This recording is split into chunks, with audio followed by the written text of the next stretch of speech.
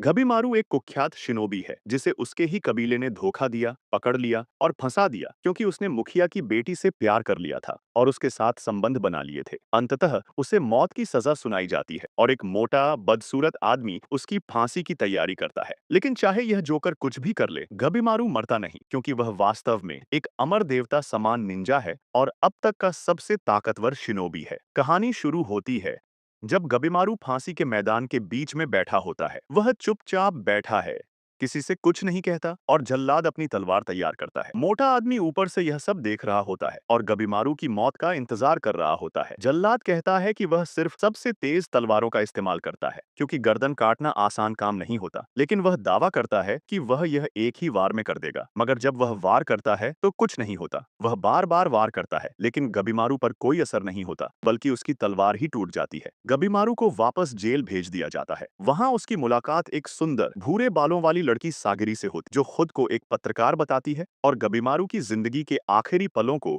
Record करना चाहती है। वह उससे पूछती है कि वह इतना ताकतवर क्यों है। गबीमारू बताता है कि वह बचपन से ही इवागाक्योर गांव में ट्रेनिंग कर रहा है, जहां बच्चों को जानलेवा प्रशिक्षण से गुजरना होता है। जो बच जाते हैं वे लगभग इंसानों से परे बन जाते हैं, इसीलिए गबीमारू पर तलवार और आग का कोई असर नहीं होता। वह बताता है कि उसने अनगिनत लोगों को मारा है और अब उसकी जिंदगी से कोई लगाव नहीं बचा। सागिरी उससे पूछती है कि अगर वह निंजुत्सु में माहिर है तो वह इन अधिकारियों से भाग क्यों नहीं गया। गबीमारू कहता है कि यह सब व्यर्थ है, उसे तो इन लोगों को खुद को मारने की नाकाम कोशिशें देखकर मजा आता है। अगले दिन मोटा आदमी उसे आग में जलाने की कोशिश करता है, लेकिन गबीमारू फिर भी नहीं मरता। वह वापस अपनी कोठरी में लौट आता है, पूरी तरह सुरक्षित। गबीमारू कहता है कि वह मरना चाहता है, वह अमर नहीं रहना चाहता। सागरी उससे पूछती है कि वह गांव क्यों छोड़ना चाहता था। गबीमारू बताता है कि वह मिशन पर था, लेकिन गांव छोड़ने की कोशिश करने पर उसके ही साथियों ने उसे धोखा दिया और वह पकड़ा गया। सागरी पूछती है कि वह गांव क्यों छोड़ना चाहता था। गबीमारू कहता है कि कारण उसके और उसकी पत्नी के बीच का है। फिर हम देखते हैं कि तीसरे तरीके से उसकी फांसी की तैयारी होती है, जिसमें उसकी टांगों से बैल बांध दिए जाते हैं जो उसे दो हिस्सों में खींच देंगे। लेकिन इस बार भी बैल ही गिर जाते हैं क्योंकि गब्बीमारू का शरीर बहुत ताकतवर है। इसके बाद वह बताता है कि वह